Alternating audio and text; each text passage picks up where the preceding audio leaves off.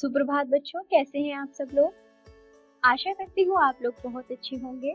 मैं हूँ आपकी हिंदी की अध्यापिका। तो बच्चों, आज हम पढ़ेंगे पाठ नंबर 6 जिसका नाम है बूंद कहाँ से आई। चलिए बच्चों, इसे पढ़ते हैं। बूंद कहाँ से आई।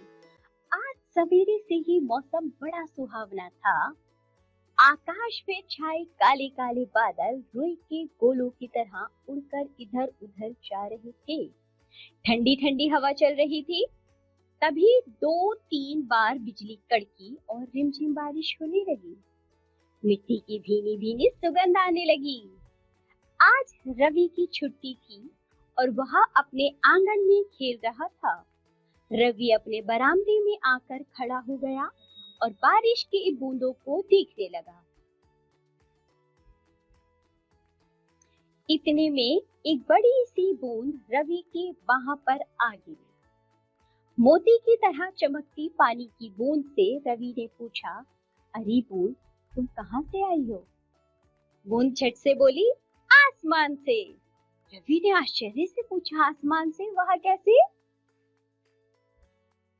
बूंद ने कहा, हाँ आसमान से, वही तो मेरा घर है।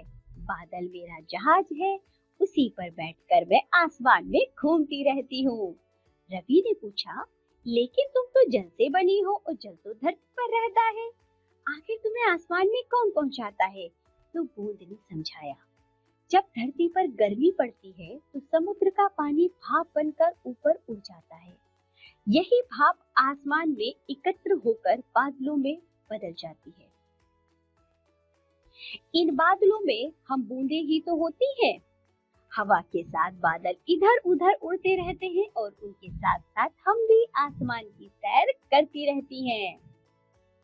बादल जैसे ही किसी ठंडी जगह पर पहुंचते हैं, हम ठंड से सिकुड़कर पास पास आने लगती हैं।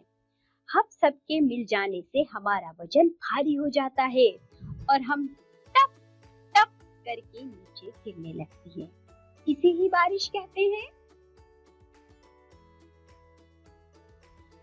रवि को बूंद की कहानी सुनकर बड़ा मजा आया। उसने पूछा, इतनी ऊंचाई पर तो तुम्हें बहुत अच्छा लगता होगा। बूंद बोली, अच्छा तो लगता है, लेकिन ऊपर सर्दी बहुत लगती है। वहाँ हम सब बूंदे पास पास बैठती हैं। रवि ने पूछा, अच्छा यह बताओ, अब तुम सारी बूंदे यहाँ से कहाँ जाओगी। बूंद ने हंसकर कहा, इतना भी नहीं जानते, यहाँ से हम पानी में बदल गई हैं।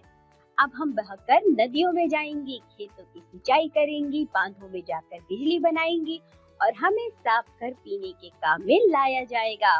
उसके बाद भी जो पानी बचेगा वह वापस समुद्र में पहुंच जाएगा। यही हमारा जीवन चक्र है। तो बच्चों, इस पाठ में हमें बताया गया है कि किस तरह बारिश का यानी कि पानी का चक्र है। एक बूंद किस तरह भाप बनती है बच्चों, समुद्र से भाप बनती है, भाप से वह ऊपर जाती है, भाप बनकर बादल बनते हैं, बादल से बच्चों वे जब भारी हो जाते हैं तो किस तरह ठंडी जगह पर जाकर वे टप टप टप टप कर कर गिरते हैं। उसी को बच्चों बारिश कहा जाता है। बारिश होती है, बारिश से बच्चों फिर से वापस से कहा जाती है नदियों में, झीलों में, वे खेतों के काम आती है, बिजली बनाने के काम आती है और हमारे पीने के काम भी आती है, पानी को साफ होकर।